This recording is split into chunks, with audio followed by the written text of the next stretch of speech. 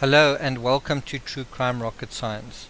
In this episode I'm retrieving a email that I received some time ago that I didn't give much substance at the time, but in light of recent um, news and events I've decided to put it on Crime Rocket. In terms of background, the Dr. Oz interview with Letters from Christopher author Cheryln Cadle was supposed to air on Tuesday, October 15th, a week after the book was released. Is the reason the Dr. Oz interview with Cheryln Cadle is the reason it was moved to November because the Daily Mail still has exclusivity over their interview as per some prior arrangement. So something that sort of just shifted my awareness regarding this situation was I received a email alert based on this article from the Daily Mail, and it's not an article, it's kind of a video clip. So it's a little bit unusual that the Daily Mail simply has a sort of a exclusive video interview clip with the author, and I'd really like to play it, I'd really like to show it, but I think it would probably cause some kind of violation simply because that's what seems to be the case with the whole Dr. Oz thing. I think they have been prevented from airing it within a certain exclusivity period. That's simply my theory. There could be many other reasons. There could be resistance from the publisher. There could be problems with the family. There could be other reasons, but just in terms of a media perspective, the fact that this exclusive video interview came out essentially yesterday, which is the 16th, which is essentially a day after the Dr. Oz interview was supposed to air, just seems like it's more than a coincidence. In any event, in the video exclusive from the Daily Mail, Cheryln Cadle says, "I believe Cindy Watts hated Shan'ann so much that she can't get past the fact that thinking that Shan'ann killed her own daughters." End quote. I'm just going to read that again. "I believe Cindy Watts hated Shan'ann so much that she can't get past the fact that thinking that Shan'ann killed her own daughters." End quote. So, if you take that statement and you just sort of abbreviate it slightly, what she's saying before she corrects herself is that she thinks Cindy hated Shan'ann so much that she can't get past the fact that Shan'ann killed her own daughters. And it's interesting that she uses the word "the fact that." So it's almost like it's being implied here that Cindy believes it for a fact that Shan'ann killed her own daughters, as was sort of revealed in the first confession. So I want to recommend that you guys listening go to that link that's provided in the blog post and watch it for yourselves, listen to it for yourselves. But there is a little bit of background to that, and this is why I say, I received an email early on and I sort of put it in the drawer and I didn't really think much of it, partly because I sort of feel it's not really my business to interrogate this sort of stuff. I want to interrogate the Chris Watts case. I don't really want to talk about other people interrogating it, but I tend to draw the line when it starts to sort of bring up things like conspiracy theories and these catch on and these sort of cycle through the media. To be honest, I did want to have a discussion on this book with an American who's read it, more in terms of this person giving their feedback than me saying anything, because I don't want to, I'm an author myself. I don't really want to overstep that sort of neutral mark. I think any other author's got the right to write books and whatever, and but as I say, there is a point where what is revealed by this other person begins to influence the narrative as a whole. I'm talking about, if my focus is 100% on Chris Watts, and Chris Watts is telling XYZ, then that necessarily becomes my focus, if I can put it that way. What I'm trying to get at is I don't want to make another author my focus, and I certainly don't want to have some sort of personal, express my personal opinion in that regard. I have personal opinions, and there's quite a lot to say, but it's not really relevant. I'm sure some people are curious, especially the followers of True Crime Rocket Science, but I think it's important to keep things clean and keep things tidy and keep things ethical. And it's, I guess, in that respect that I feel this email that I got sent now becomes kind of relevant. So according to the spokesperson for the Watts family that I've been communicating with, and that has communicated with me, it's the same person who sent me the chapter excerpts of All My Broken Pieces and so on, and also those audio clips that people have disputed, where they've said, that wasn't Chris Watts speaking from prison. Anyway, it's the same person has said that there's an impression floating around the court of public opinion that isn't accurate in terms of this thing that Cindy Watts hated Shan'ann so much that she can't get past the fact that Shan'ann killed her own daughters. The spokesman is saying that that's not true. So I'm just going to read the statement,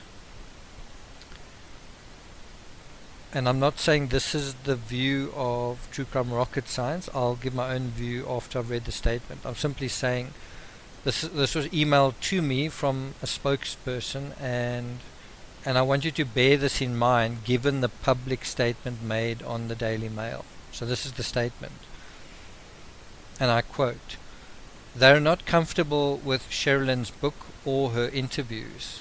They went through a lot trying to come to terms with Chris's guilt. They know he's guilty, but it was a journey. She's out there telling people that they still believe in his innocence. That's simply not true. She fed them all these lines for a long time about the possibility of Chris's innocence, others being involved, and demonic possession. Also, she couldn't get the basic facts straight in this book. She got Cece's age wrong and age difference between Chris and his sister. If you consider that she couldn't even get that right, what else did she get wrong?" End quote. So I'm going to go through that statement in reverse order. First of all, that last statement, I guess, is why I never put this. Sorry, that last sentence, I guess, is the reason why I didn't put up this in the first place. It just seems a bit sort of snipey and sort of, if you know what I mean. It seems like there's a bit of a vendetta kind of going on, and as soon as that happens, it's got nothing to do with accuracy of a narrative. In terms of getting Cece's age wrong and the age difference, I wouldn't know about that. I haven't read the book. I simply scanned little pieces of it. I see that Cindy's name comes up 47 times in the book, which is quite a lot, given that there 284 pages, 47 instances is it's quite a lot over 284 pages. So Cindy is relevant to this narrative. I think a lot more relevant than she's given credit. On this assertion that she fed them all these lines for a long time, you must bear in mind that this is a situation where a couple of things are going on. Number one, someone wants to write a book about Chris Watts, right? Number two, one of the ways to get access to Chris Watts is through his family. I think one can argue that's how I got access to that audio. Wasn't communicating directly to Chris Watts. It was through the spokesman, through the family, through the phone call, right? And then obviously directly to him. So if you want to get to Chris Watts, you probably need to get to the family, and that is what happened in the case of Cheryln Cadle. I mean, in her book she talks about getting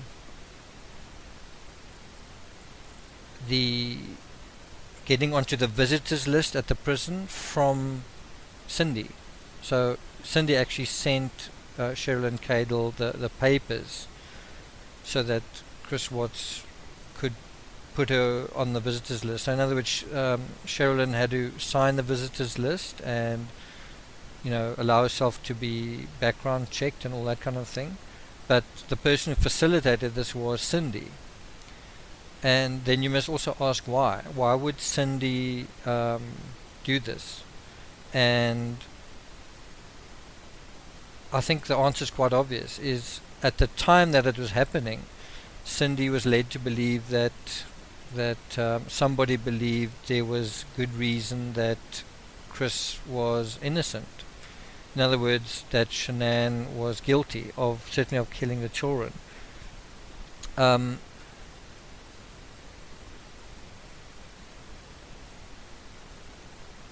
So anyway, according to the statement, someone gave information to Cindy about Chris's innocence and him being involved in others being involved in demonic possession. And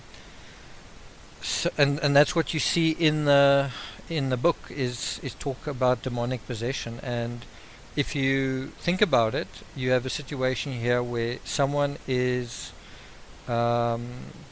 assisting, facilitating, or enabling Chris Watts in the narrative that in a way he's not responsible for what happened. He was demon possessed, or in a way he didn't commit the crimes because he premeditated them and he had a motive. Some sort of mysterious force took hold of him, and that's the reason. In other words, the devil made me do it. It's the same thing that Oscar Pistorius said. And if you think about that just in the context of true crime, you often get criminals who go to court and then it's the first time that they're bringing, you don't see them in their everyday lives prior to the crime walking around with Bibles, but suddenly when they're in court on trial for murder, then they carry a Bible, and then it sort of becomes about, you shouldn't judge me, the judge shouldn't judge me, the court shouldn't judge me, the public shouldn't judge me, only God can judge me, which is a kind of a mischievous way of wriggling out of it. But it certainly works. A lot of Christians will look at that and say, yeah, no, that's right. And the fact that this person is turning to Christianity then gets the support of Christians who don't necessarily care about evidence. They care about whether someone's a Christian or not, right?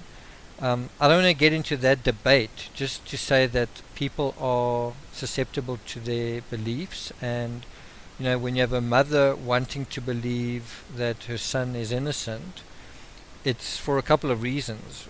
One is because she feels guilty about how she treated Shan'ann, And she does. That's admitted, and that's quite honest to say that. I mean, you would expect it, but it's honest. Another side of it is, if Chris Watts is guilty of that, then that reflects badly on the family. So it's in their interest to believe that he's less guilty than he actually is. And people don't think that way. People don't think, well, it's in my interest to believe this. People simply are that way. You sort of confuse wishful thinking and hoping with what's real and what's objectively true. You want to believe something so much that you start to believe it, and then there is some evidence to believe it, evidence in terms of statements and scenarios and whatnot.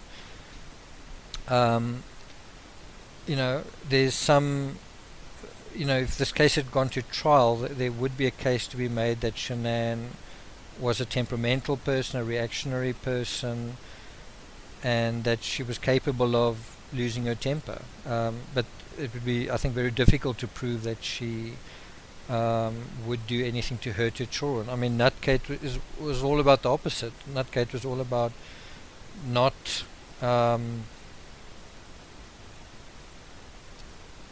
protecting her children and being like really a lioness, guarding her children from even the possibility of them coming to harm.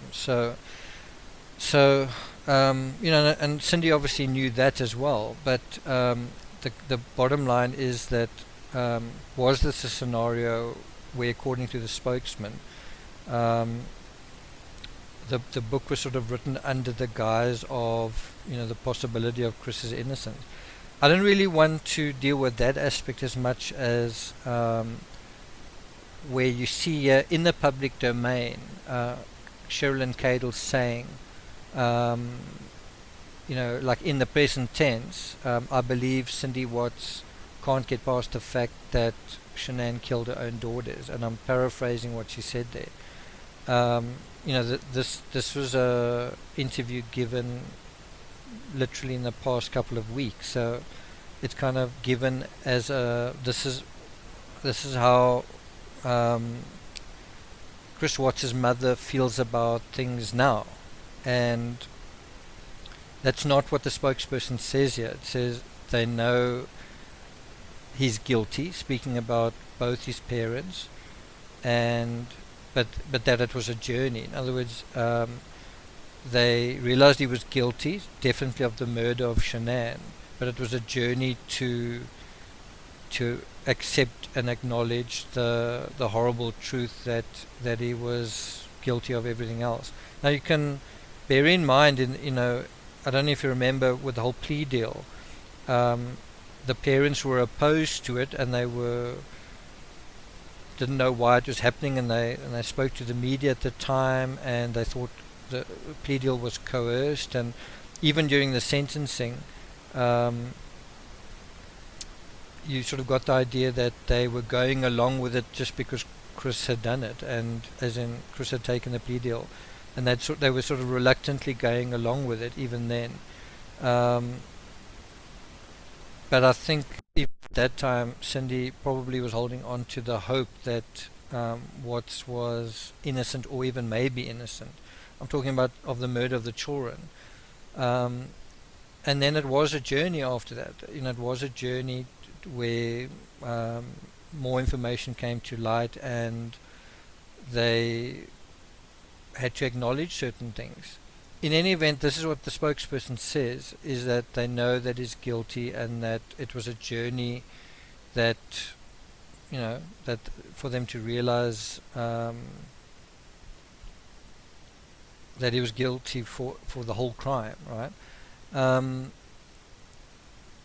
And so, to say that they still believe in his innocence doesn't seem to be true. Of course, the best thing is for them to go on the record and to talk to the media and say, we do realize that X, Y, and Z. You've got to bear in mind the reason they wouldn't want to do it is twofold. The one is, by speaking to the media, they suddenly, cause the sort of maelstroms of trolls and YouTubers to go nuts again, and to, you know, nothing they say is going to appease anyone. But there is such a thing as setting the record straight. So if someone is saying something, then counter it and just make that statement and walk away. And you don't have to pay attention to the social media. You don't have to, you know, easier said than done, certainly. And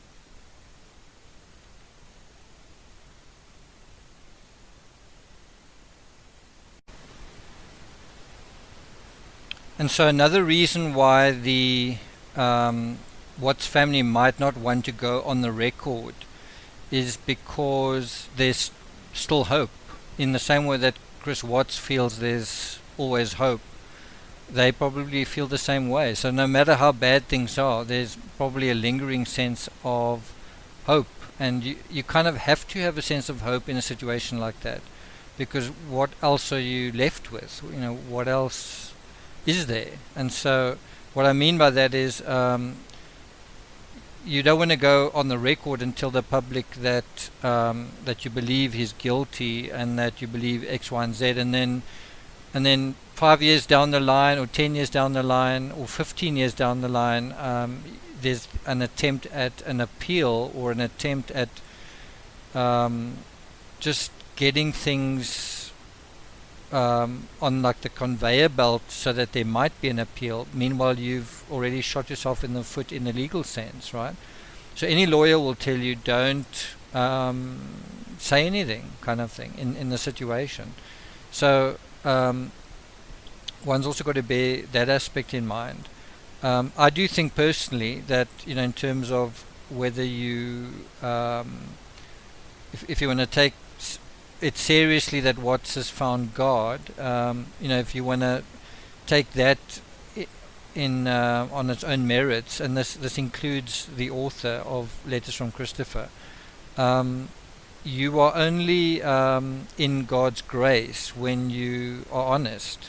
And, you know, there's a saying that, you know, there can only be forgiveness when there's shedding of blood, which is another way of saying it's only when you confess your sins, all of your sins, not some of your sins, and not minimizing them either. You need to be 100% honest and authentic about what you've done wrong, and once you've done that to completion, then you can sort of enjoy the grace and forgiveness of God. And Chris Watts is a long way from that point. And so, you know, this whole thing invoking God is a joke. It really is. So one must really bear in mind that if you're going to have the sense of hope of an appeal, you aren't also going to be honest about everything, and that's a reality. And that's also why you don't really get a lot out of a convicted murderer's family when, you know, in a situation like this where the case is closed, because you're just going to dig the hole deeper for them, and there's no incentive really for them to do that. So yeah, so I hope I've cleared that up. I just want to again encourage you guys to share this video and the videos from True Crime Rocket Science through your networks. Please like and subscribe, hit the bell, and please have a look at the Two-Face series, as well as the Crime Rocket blogs. I'm going to be dealing with a really interesting one after this episode, which is the March 9th post, and this followed the Ruseks gang on Dr. Phil, basically in a reaction to the second confession scenario. And what I did after that after that show on Dr. Phil, I wrote a blog on just stating explicitly True Crime Rocket Science's theory. You know, what was True Crime Rocket Science's theory in the immediate aftermath of the second confession. And this wasn't changed by the second confession, but it was important just to state it on the record. So that's what I did.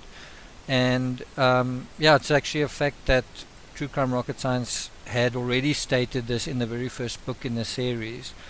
So I think that's going to be quite an interesting thing to look at. Thank you for listening. But understand that at this point, I still can't answer questions about the facts surrounding the investigation. Really all everyone wanted throughout was justice for Shan'ann and Bella and Celeste. We're certainly pleased this seems to be happening. I think all of those who were involved never truly believed that he would give us an accurate statement.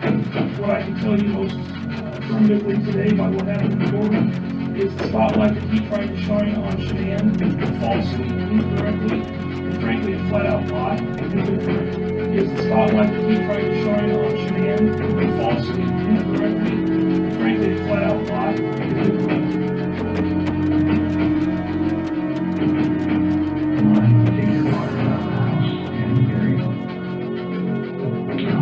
I didn't know what else to do. And he's so disgusting. I'm so ashamed of him. Why? Oh, why? How? I don't even understand how you could bring yourself to do that to somebody who's like that big.